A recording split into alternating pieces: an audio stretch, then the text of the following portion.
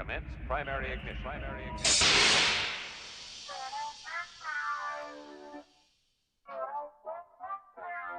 This is the way.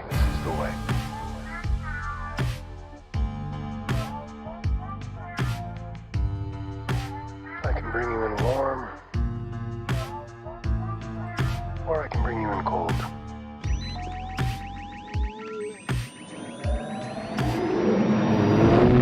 What is up, all of you Ugnaughts and Jawas out there, and welcome back to yet again another episode of Mando Talk. I am your host, as always, Caleb Keller, and joining me this week is no one. DJ is not with me on this episode of Mando Talk. He had some things to take care of, things to do, which is A-okay, but you are going to hear from DJ on our second chapter of Boba Festivities. He sent me a recording of kind of his big takeaways with some of the things that we're going to discuss tonight. So I'm going to play that recording at the very end of this stream. So you're definitely going to be getting some DJ content. So I can't wait to hear it. I mean, I've heard a little bit of it, but I waited to listen to it until we were actually doing the show, but I will play that at the very end. But I want to say this. I am so thankful and appreciative of all the people that continue to listen to this show, that continue to think about listening to me talk, that listen to DJ talk. I know a while back Zach was with us, Brandon Anderson, Jacob, all the crew. We are so thankful. Anchor does this thing with Spotify, and by the way, Anchor is the platform that kind of puts our podcast out there. Anchor does this, they're partnered with Spotify, and they give you some data at the end of the year.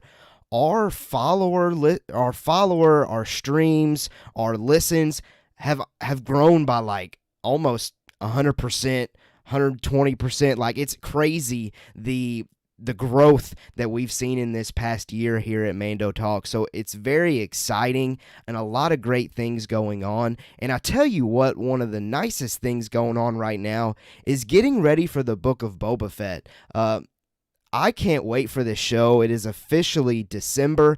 The month of December for me is not the month of December. It's the month of the Book of Boba Fett. I am extremely excited for this series. I mean, it seems like every single day that passes, my excitement level is just increasing and increasing and increasing, and I can't wait to finally see it. But listen, it is Boba Festivities Chapter 2. Like I said, DJ is not with us live, but he's gonna, give you a pre-recorded thought video here at the end of this episode. By the way, those of you that usually watch us live, I went ahead and did this episode an hour early.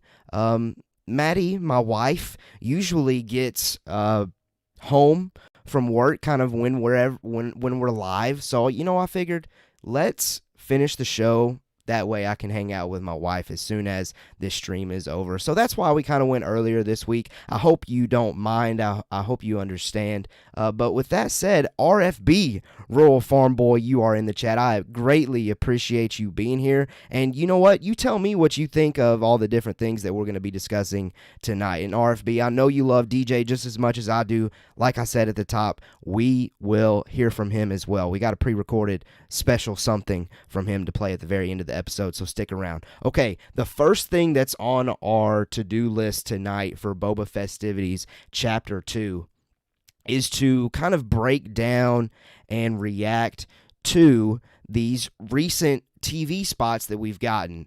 This first TV spot is titled Rain, and I'm just going to play this thing and kind of just to refresh my mind. I made some takeaways. I did a breakdown. I'm going to play this thing real quickly just to, get back in the mood, if you will, and then I'll share kind of my thoughts. But you know what? If you're watching with me, let's enjoy watching this 30-second TV spot, this 30-second clip together. Let's do it. That's such a cool shot, Such a cool shot.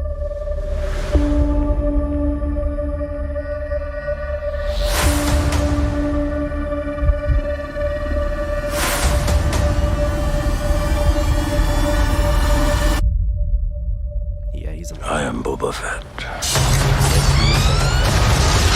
The Book of Boba Fett, streaming December 29th only on Disney+. So yeah, in your typical fashion TV spots, pretty quick, pretty fast. But inside this thing, I mean, the big thing that I took away from this initially, I mean, I just love this entrance scene that we get here at the very top. It's very reminiscent of Return of the Jedi, and I always love whenever we get those original trilogy vibes, and they're definitely pulling on those vibes for me. Very cool. It kind of looks, I don't know if this is Fennec that's on the left or if it's Boba on the left. I can't really tell, at least not right now, but it looks like it's got one of those, I don't know. I don't know if it's a bounty hunter or if it's just some form of villain. There's somebody getting in the way of Boba Fett and Fennec Shand. It kind of with that red suit, with that protective chest plate. We've seen them a bunch in trailers so far.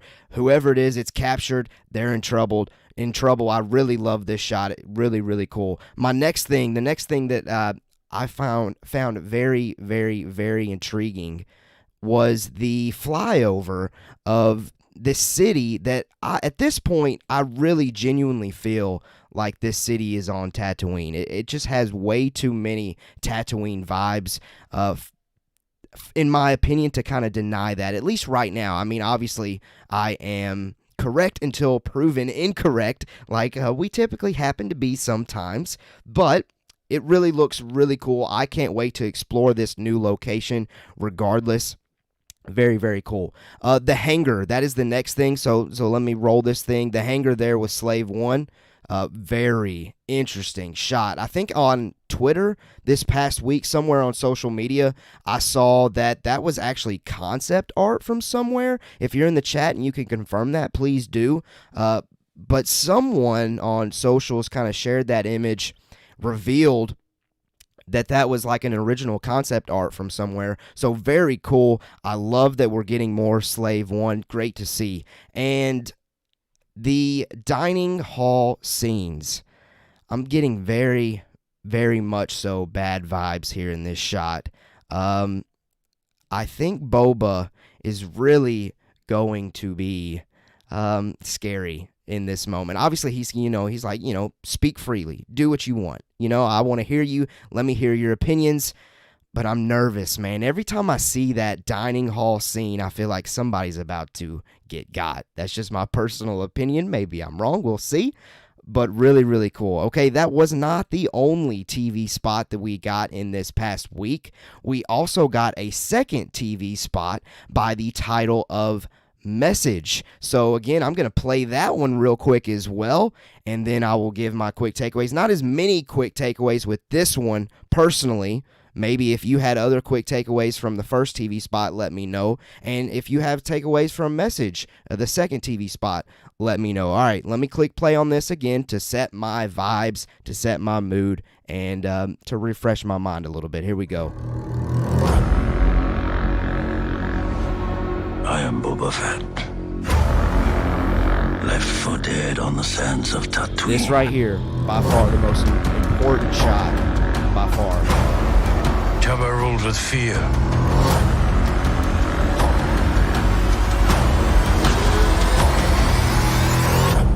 I intend to rule with respect. The Book of Boba Fett.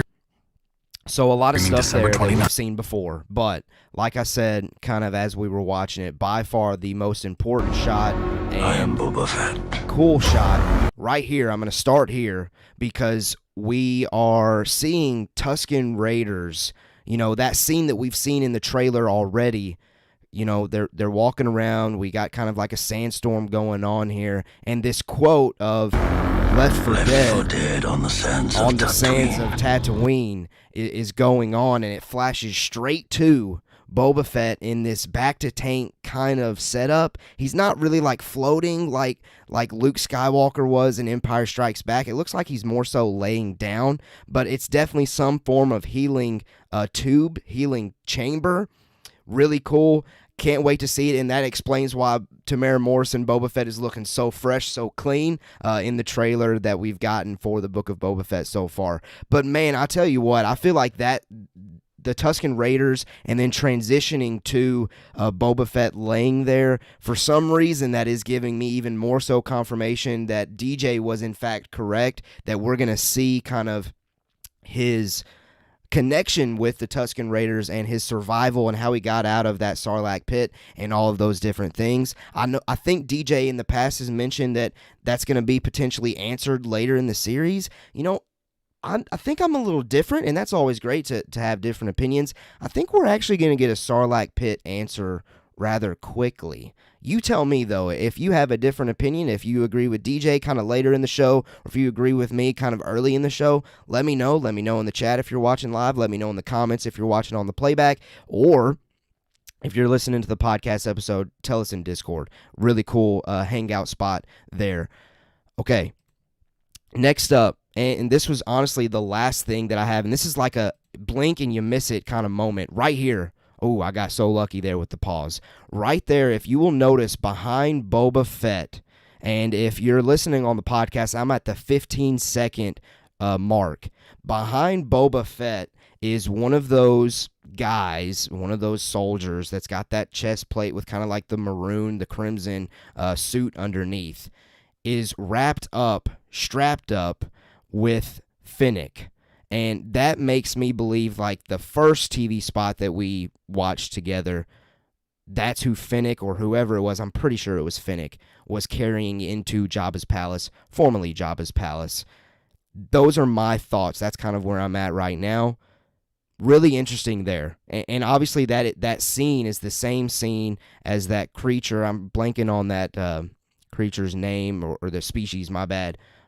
Sitting on that throne that we saw in the main trailer as well. So those two things, the Tuscan Raider thing transitioning to Boba Fett being in that Bacta tank, and then Fennec Shand having one of those soldiers tied up, were my big takeaways, because really outside of that, I feel like a lot of these shots we had already seen. But regardless, I do not believe personally that is going to be the last TV spots or last footage that we see. I am also personally of the belief that we're going to get another trailer. I think if they really, really, really want Boba Fett to be as massive and big as I think it should be, I think dropping another trailer would do them well. I mean, the excitement level's already there, though. So, I'm there. You're there. Everyone here with me, I know you're there. Can't wait to see it. But you let me know, you listening, what you thought of those two TV spots. Really cool scenes, really cool footage, stuff that we've seen before, but nonetheless exciting. Okay, that was one of the things that we had to get down on this week's Boba Festivities.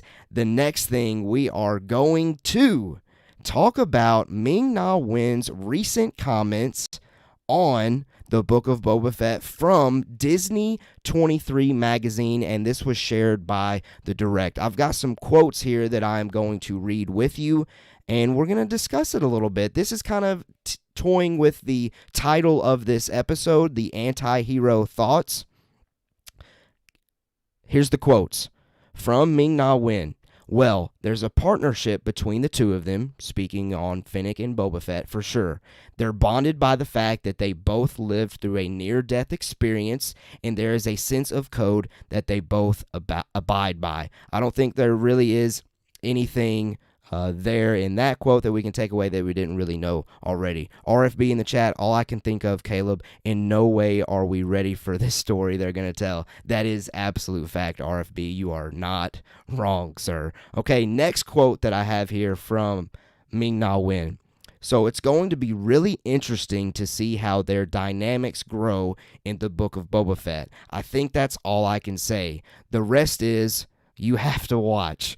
Not that they're the bad guys, they're not that good either. We are the anti-hero. I like playing an anti-hero. You get away with more, I think. Tamara is spectacular. In some way, he's the opposite of me, which is good because he's less of a nerd than me. He appreciates the work that goes into everything, and I geek out at everything. So, Ming-Na Wen sharing these quotes. We are the anti-hero quote. I know some people are I know my brother, for example, usually he doesn't really get into the anti-hero story for some reason, whatever, Jacob. But the anti-hero story for me is always fun. I mean, for me, I always think of like Venom or Deadpool or things like that where, you know, this person that's really a villain, but you find yourself rooting for him because you kind of understand where they're coming from.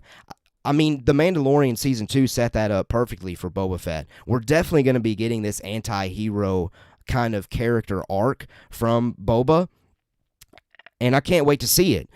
I will say, though, watching the original trilogy, I never got those vibes, though, and playing video games growing up, I mean, Boba Fett was always the villain, and you all only viewed him as the villain. I mean, he was the guy that was always in the way of Han Solo. So it is kind of weird now coming to this point where Boba is an anti-hero. Like, we're rooting for him, but we know he's really going to do some things that are messed up, and I'm all here for it. I think Boba Fett has the potential to be the top-tier anti-hero, honestly. I mean, I'm gonna go ahead and throw that out there. Of all of the anti-heroes that have ever been, I think if the Book of Boba Fett executes well, which it's going to, I think Boba Fett could potentially be the greatest anti-hero that we have ever seen on screen. I'm sure somebody out there knows a character that I'm completely blanking on as far as the anti-hero goes.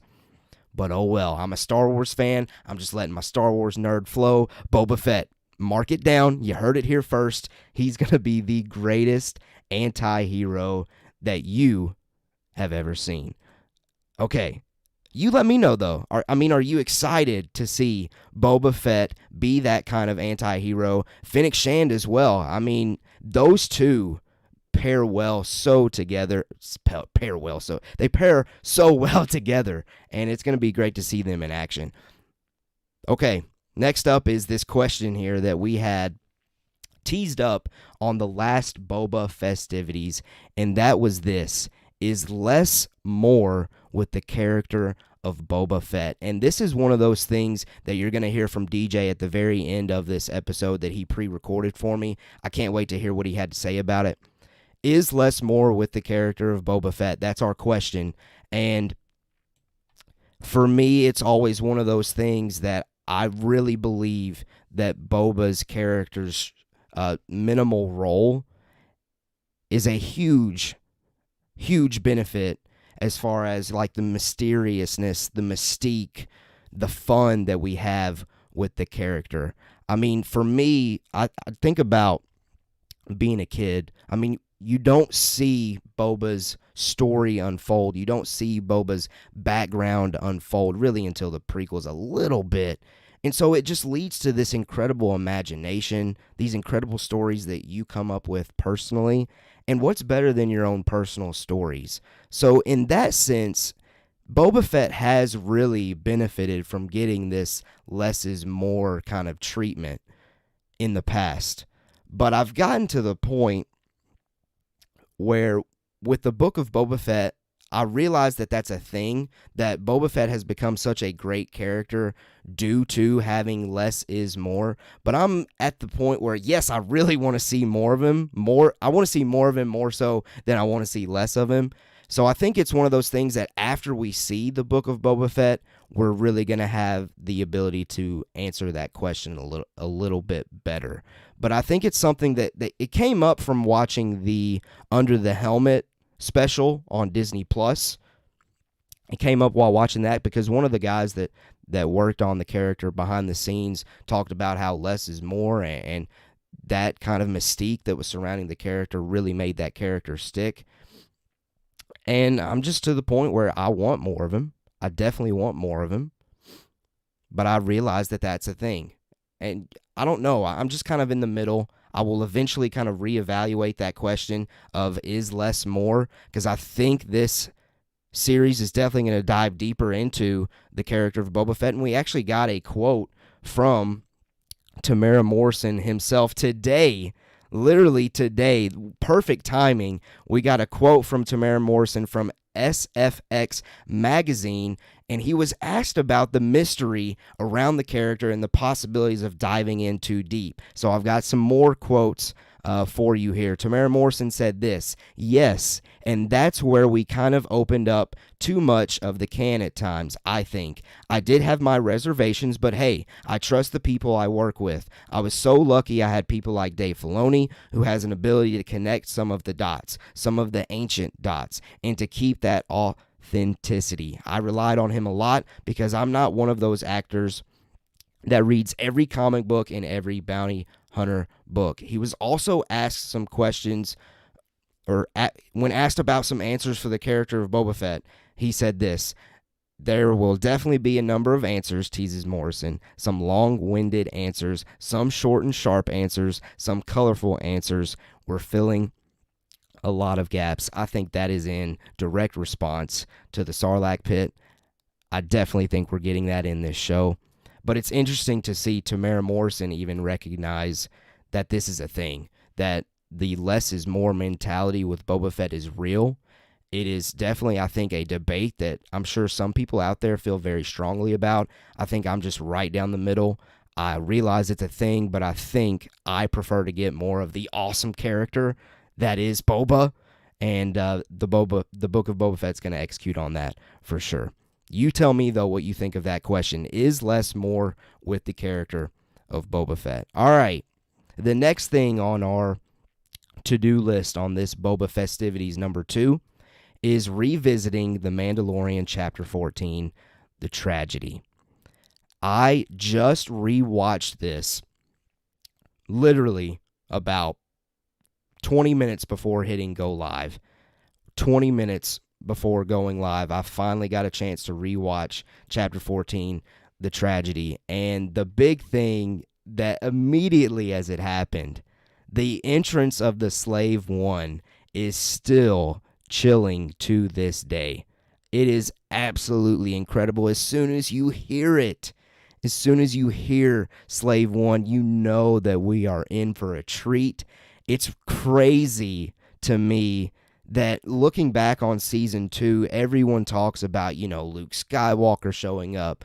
And this moment really gets overlooked. This episode sometimes really gets overlooked because of that Luke Skywalker. And that's not a negative comment. It's just so much incredible stuff happened in season 2 of The Mandalorian. And this episode, if it wasn't for the Luke Skywalker moment, would be by far one of my favorite episodes of anything Star Wars related.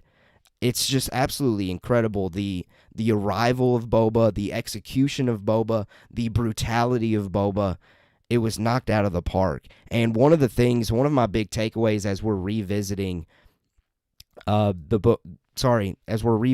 Tragedy is Robert Rodriguez. The fact that he's going to be directing another episode with this character, and hopefully multiple episodes, is very exciting because, man, he absolutely crushes it. He gets the brutality of it all. He really, really, really, truly does. Okay, so my next thing, Tamara Morrison, his portrayal of the character of Boba and the things that he says knocks the character out of the park. I mean, it makes sense. He portrayed Django. He definitely has that Fett bloodline going on for him. He sounds the same, looks the same. He's a clone, so it makes sense.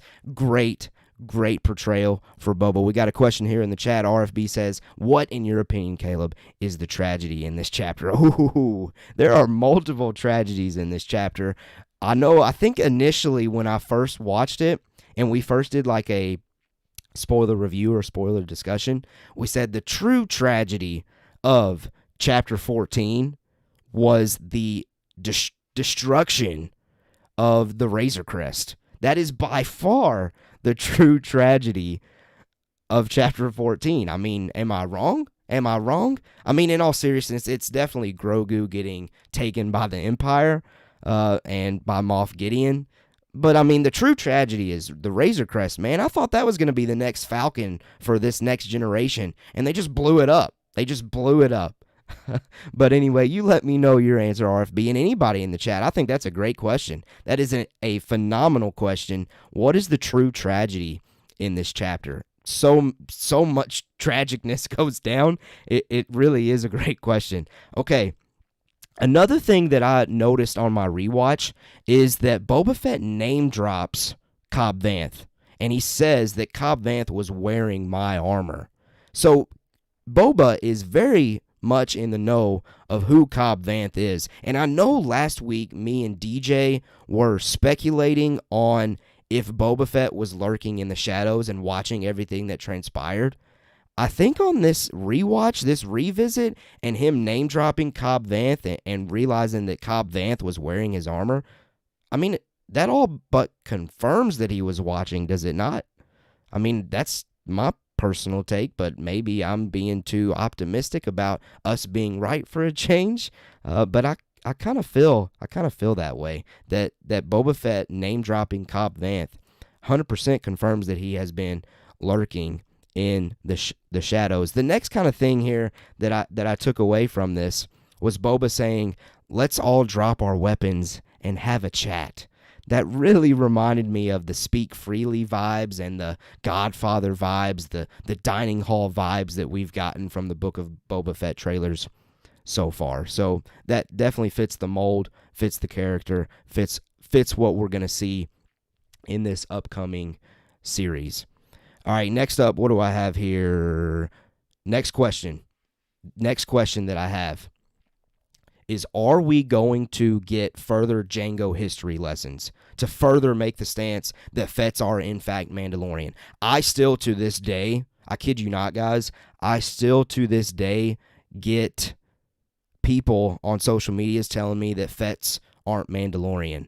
I feel like this chapter of The Mandalorian confirmed that Jango Fett was a foundling and therefore is a Mandalorian. If Din Djarin is willing to give Boba Fett his armor, then Din Djarin, the one that follows every single creed, I feel like that is absolute fact then that Fetts are Mandalorian. But, I mean, since there's still somehow division about this, and maybe you're one of those that believes that Fetts are not Mandalorian, and let me know why you feel that way. I'd love to have that conversation. Since there's still some people on the fence about that, I'm curious if that's something that we're going to dive deeper into in the series. I mean, if people are still 100% clear, if they're still not 100% clear, then let's address it. And I would love to get some more Jango history lessons, because that means Jango Fett gets incorporated, and we all love some Jango Fett. But you let me know what you think of that too, because I think that's another interesting discussion that I really wish DJ was here with me. We might have to revisit a little bit of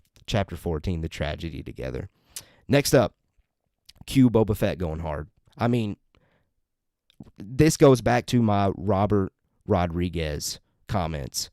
Robert Rodriguez crushed. He absolutely crushed the action, the character, and everything about this chapter of The Mandalorian, and that makes me extremely excited to see what Robert Rodriguez is going to do. And again, I really hope that he directs more than just one episode in the Book of Boba Fett.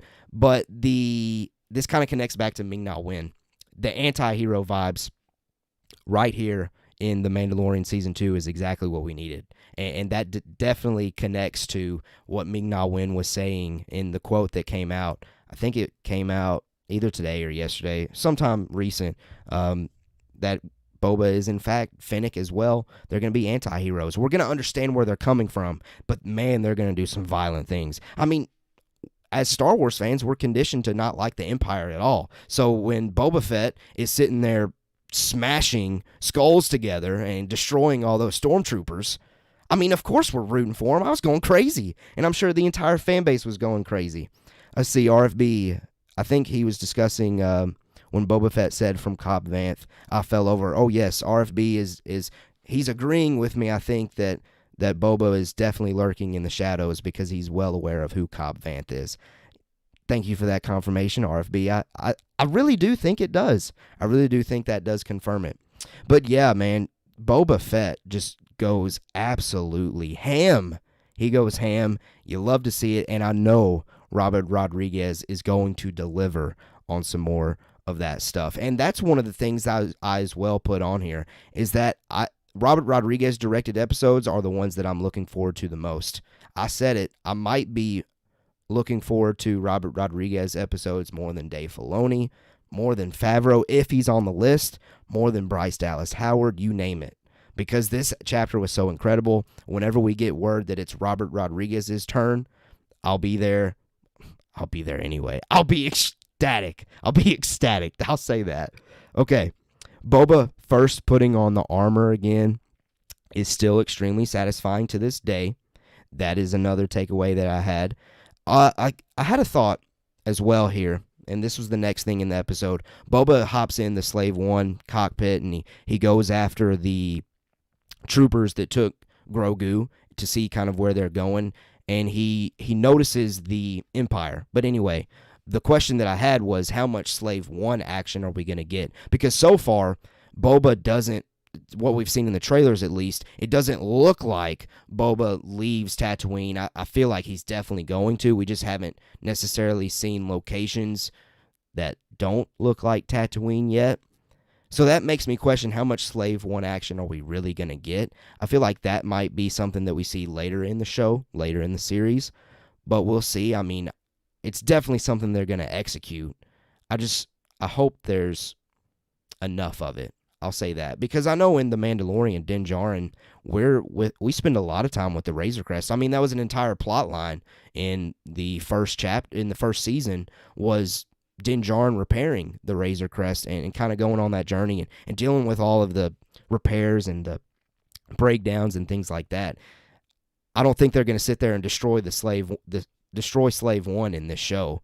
I know there's rumors, possibilities that, it gets a rename, which I'm not somebody that cares. I mean, I'm going to enjoy seeing Boba Fett's starship, Slave One, whatever you want to call it. I'm going to enjoy seeing it. I don't care what the name is. So that might be a plot line as well. Just like Razor Crest was a plot device in The Mandalorian, I'm sure Boba Fett's ship, Slave One, is going to be a plot line.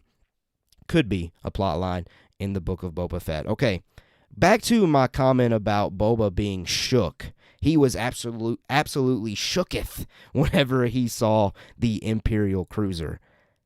That made me ask this question. And those of you watching live, let me know in the chat. How much Empire could we see in the Book of Boba Fett?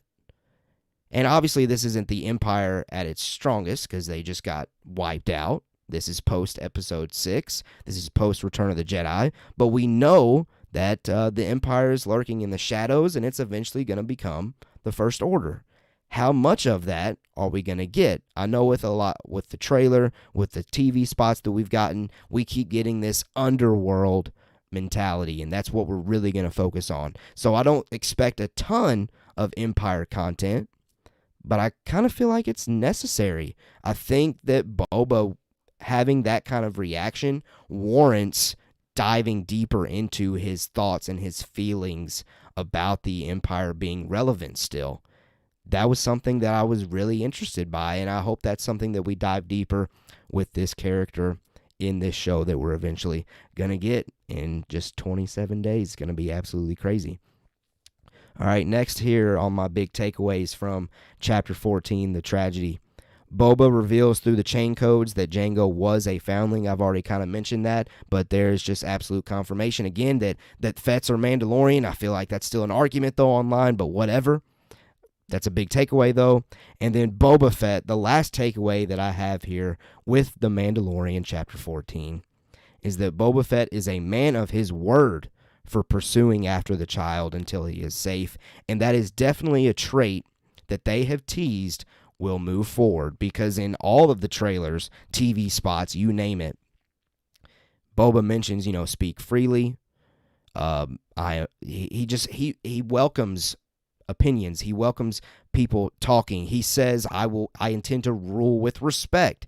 I just feel like we're really diving deeper into what makes Boba Fett click, and it's interesting to kind of see him in a good sense, in a good light, and that goes back to the anti-hero vibes that we continue to get, and we're going to get in the Book of Boba Fett. But those are all of my big takeaways of The Mandalorian Chapter 14, The Tragedy, and those were the things that I thought could connect into the Book of Boba Fett later this month. But you tell me if I missed some. Let me know in the chat. I would love to hear it.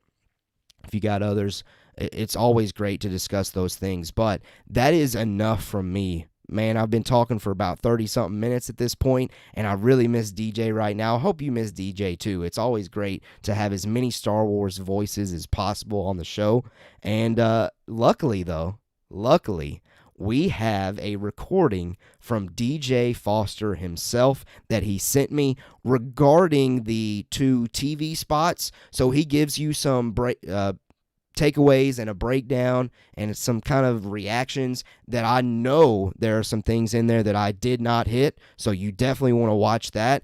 And he also discusses this is less more question about the character of Boba Fett. So I am going to go ahead and transition to letting him take it away, and then whenever he has, wrapped his thoughts on those 2 questions, or not 2 questions, the 1 question and the trailers, I will kind of take us out of here. So here is DJ Foster himself giving his thoughts on those things. What is going on, listeners and viewers of Mando Talk? So glad to be talking to you guys right now. Unfortunately, I wasn't able to join Caleb tonight for the live stream. However, I am glad that I'm able to do this for everybody as I'm just away for the day. So I just wanted to give a couple of quick takes on just some Boba festivities, some notes that I have and some notes that I've made, not just about the TV spots that we got over last weekend, but also I want to answer the question that Caleb has posed to us tonight, which is less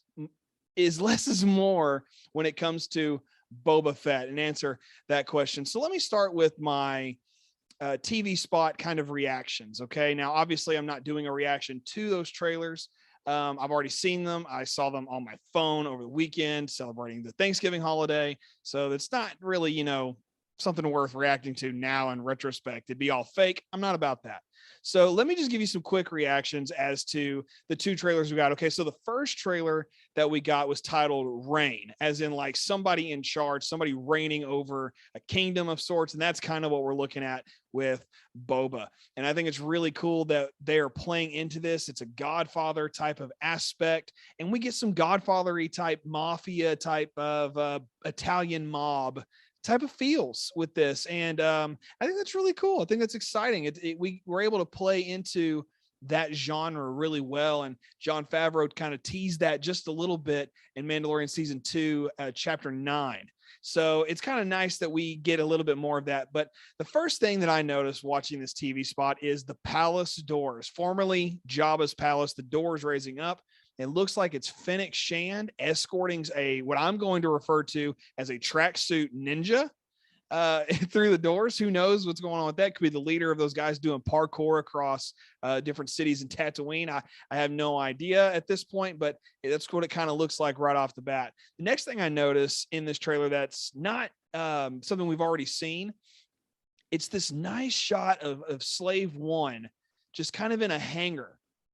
And Boba and Fennec are walking up to it. It looks like it's been draped over with some tarp, or maybe it's like covered in sand because it is Tatooine after all. So who knows, but it's a really cool shot of Tatooine just chilling there. I'm sure that was a really fun shot. If it was filmed in the volume, I would be, floored if I found out that this was a full-blown Slave One they built for the set. I think that'd be awesome. Is it conducive? No, but it'd be really cool if they did.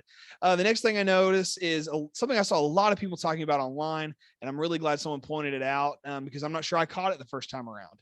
But it's basically that the meeting table that we see in the original first trailer is very much in the main audience chamber where everything went down in Return of the Jedi with Jabba.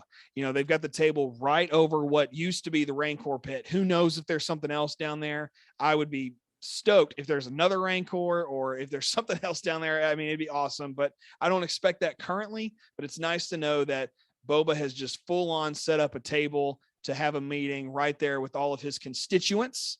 Those who may owe him something, owe him money, who knows, just these other people that worked with Jabba, whatever their roles looked like, it's cool to see that the table set up there. Okay. And finally, with this first TV spot is right at the end, we get that great callback to Boba's initial introduction in the holiday special back in 1978. You may also know it as the Story of the Faithful Wookiee that is on Disney Plus. And it's just Tamara Morrison saying, "I am Boba Fett." and 4 words that just speak so much to so many fans. So it's really, really cool that they have Tamara Morrison saying those words for at least a TV spot or two. Maybe he actually says it within the show, which I really hope he does, because it's just really cool of a callback. Okay, so those are my reactions on the TV spot titled Rain. Now let me look at the TV spot entitled Message. The word message conveys a lot of things. I think it mostly conveys that Boba Fett has a message for those who may oppose him, is kind of my initial take on it. First thing I notice in this, right at the beginning when that Lucasfilm logo pops up, it's this intro music that begins with the Slave One engines firing up. The number one reason I noticed this is because of the Under the Helmet special on Disney Plus, all about Boba Fett. When Ben Burt comes on there with that little bitty bugle looking trumpet, he flat out blows into it, and it starts. It's the engines. It's Boba's engines. It's him flying his ship away. So it's really cool to think that they incorporated that into this trailer. Maybe you missed it on the first time around. If you don't hear it, go back and listen to it, because it's really cool. It's a very cool detail. The next thing I noticed is another line. He flat out says, "Left for dead on the sands of Tatooine." Yes, we know Boba was left for dead on the sands of Tatooine. We've all seen Return of the Jedi. We know what went down there. The most interesting thing to me, though, is that while that dialogue is being said, it's over a shot of a group of Tuscan Raiders walking towards the camera in a sandstorm. Now, I've said this on the show already. I still think that this is something that is going to play into his story as we get to know how he survived the Sarlacc pit, and with that also being on there with these Tuscan Raiders, we see Boba, what looks like he's got a snorkel or a breathing apparatus or something on his mouth to help him heal inside of a bacta tank. Bacta tank, obviously, it's kind of like what Luke was in Empire Strikes Back. And if you've seen certain episodes of the Clone Wars, bacta tanks are utilized there as well. So it looks like he's in a bacta tank, except this one looks more like a tanning bed rather than the upright cylinder that we've come to all recognize so well from Empire Strikes Back.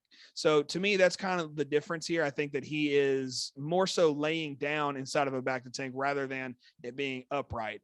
It just kind of looks like he's laying down, and that kind of just, I guess, makes sense to me. But overall, both teasers, okay, just a quick wrap up on these teasers. Both of them are just enough to get my blood pumping and excited for the series. And it makes me just really want December 29th to already be here. I mean, I am so much looking forward to that. Honestly, I'm looking forward to Book of Boba Fett more than I am Christmas. Some people are like, whoa, pump the brakes, but no, I'm very much looking forward to Book of Boba Fett more so than Christmas. This is going to be I consider it Star Wars' Christmas gift to me. Maybe you do too. Let us know down in the comments below, or hit me up at Rebels Come Texan on Twitter. Tell me if that's what you're kind of thinking Santa Claus is going to bring to you this year. And also, if it's not Santa Claus, maybe Father Christmas to our people over in the UK, specifically Blue Harvest Bricks. Okay. And that's really all I have to say about the teasers. They're fantastic. I don't necessarily want any more teasers. If those are the only ones we get, awesome. That's fine. I think it's just enough to get the ball rolling as far as getting us into the actual series. Okay, now let me answer the question that Caleb has posed to us tonight. Is less is more when it comes to Boba Fett? Is less more when it comes to Boba Fett? I mean, it's a very good question. It's something that was posed actually in the Under the Helmet documentary. So if you go back and watch that, if you've still not watched it, I encourage you to, because it's such a good documentary on the history of Boba Fett and his backstory and all that fun stuff. But to answer the question, in a lot of ways, I'm gonna have two kind of answers to this. Okay. In a lot of ways, the less we see of Boba Fett, the better. All right. His character has always been surrounded in mystery, and to a certain degree, I think it should stay that way. We don't necessarily need to know every little detail about his life. Now, certain details are great. For example, the Sarlacc pit, how he survived. I'd like to know that detail. All right. I'd like to know little things like that. And that, to me, maybe it's not a little thing to you. To me, it's a small detail, because we do have a whole 7-episode series of story that's about to unfold in front of us. So if just finding out the Sarlacc pit is a small detail and how he survived it, then that's fine with me. If that's just one little thing that's over and done with quickly, cool. But I really think it's going to wait until the end of the series to really divulge that. But at the same time, I think to a certain degree, his character should stay shrouded in mystery, and therefore less of Boba Fett, the better. Now, one of the many reasons I know that people like Boba Fett is because he's a mysterious bounty hunter. I mean, and while we have a lot of his backstory from Clone Wars and then also Attack of the Clones, that stuff's good, but it's not so much backstory that it tells us how we got from episode 2, Attack of the Clones, all the way up to at least the original trilogy era. If you think about the 1997 special editions, Boba Fett is there in A New Hope. And then, of course, also in Empire Strikes Back. And obviously Return of the Jedi, now where we are, even now with the new series, the Book of Boba Fett. So these kinds of things, the fact that he is a mysterious bounty hunter. I know that Robert Rodriguez, Dave Filoni, Jon Favreau, everybody involved with this project is excited to play into the mysterious bounty hunter type stuff and watch him act as a bounty hunter instead of just standing in the corner with a gun, or being a little kid pointing and say, "Dad, look!" And that stuff's fine. But it's going to be fun to watch him be a bounty hunter instead of what we've seen so far. And I think that's going to be really exciting to watch. So again, in a lot of ways, the less of Boba Fett, the better. Now, let me go to the other side of this coin. In a lot of ways, the less we see of Boba Fett, the worse off we are as fans. Now, we want to answer questions, as I said a second ago, like how did he survive the Sarlacc pit? Which is an answer I know we're going to get in this series. There's no way we don't get that answer in this series, but I don't think it's going to be answered right away. I think that they're going to save that and make us kind of want it. They're going to kind of dangle it out there like that Geico commercial with the guys like, "I got you $1." And then you go, "Oh, you got to be quicker than that." They're going to do that over and over, I feel like, with this story as far as the Sarlacc pit goes. And again, this is an answer I know deep down in my heart, I know we're going to get this answered, but again, not right away. Maybe more so with a finale type of way, like we got in Mandalorian season 1 with Din Djarin's background and how he became the Mandalorian. I think that would be the best way to tell that story for Boba. And as far as I'm concerned, if that's how that works out, that's great. And those are those kinds of details that would make us seeing Boba awesome and seeing it go that way. But again, sometimes these things can get in the way because we're going to see so much and it takes away from the shroud of mystery.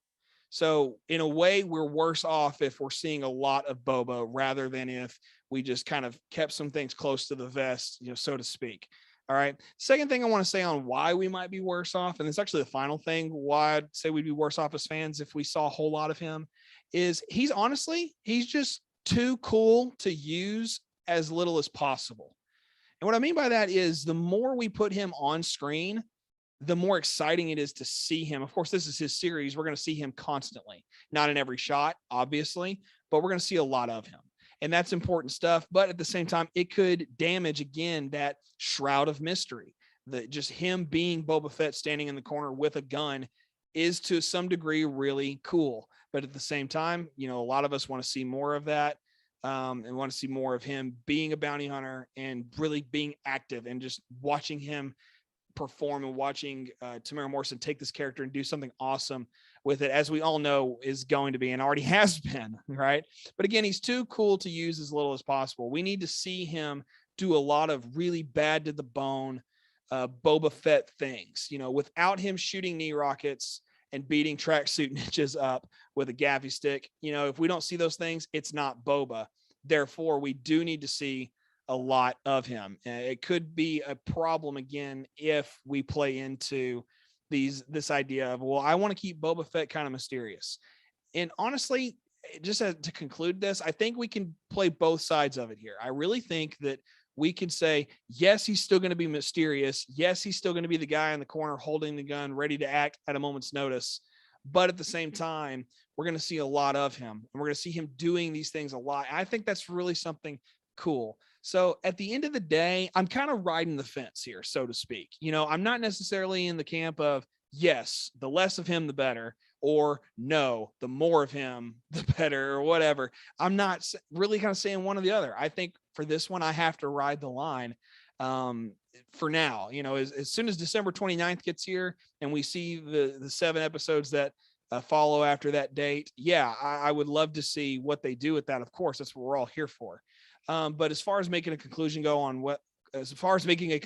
goes, excuse me, I really right now think I have to ride the line. All I want is just Boba Fett. And normally I would probably take one position or the other, but I think in this case, it's best to say, let's ride the line and let's see which one they go with, because it could go either way. And for me personally, it's real close at the same time of whether it's better or worse. But again, I'm going to ride that line and just say, just give me Boba Fett. Let me see him do Boba Fett things. And that way we can continue to celebrate our Boba festivities here on Mando Talk. Okay, well, that's what I have to say about that. I'm so glad that I was able to at least do this to give something to our listeners this week. So now I'm going to toss it back over to Caleb. Y'all have a good weekend. What is going on? Well, there you have it, folks. That was DJ Foster kind of giving his shots. I'm sure he appreciated me pausing it on him there. No, I am so thankful of DJ for getting that in. I always love hearing his thoughts. Great thoughts there. And guess what? Me and DJ both are going to be back next week for Mando Talk. As always, Tuesdays is when we talk about Star Wars news, and Thursday we will have the 3rd chapter of Boba Festivities. What that means is we are inching closer and closer to the Book of Boba Fett premiering on December 29th. And until then, as always, Mando Talk will be here to get you ready for it. And you can follow us on Facebook, Twitter, Instagram, TikTok, at Mando Talk if you want to get more Star Wars content. And you can join our Discord if you want to have some more one-on-one conversations with us. And subscribe to our YouTube channel. We would greatly appreciate that support. We are inching closer and closer to the next goal, so help us get there. Tell a friend to tell a friend to tell a friend, especially if you love Star Wars, then that means you probably know somebody that loves Star Wars just as much as you, so let them know about us, and we would greatly appreciate it. All right, let's get out of here. I hope you have a blessed evening, a blessed morning, a blessed weekend, whenever you are listening. I hope it's blessed. And you know what? It is blessed, because you know what? We live in a world where we get to be Star Wars fans. And until next time, as always, we have spoken.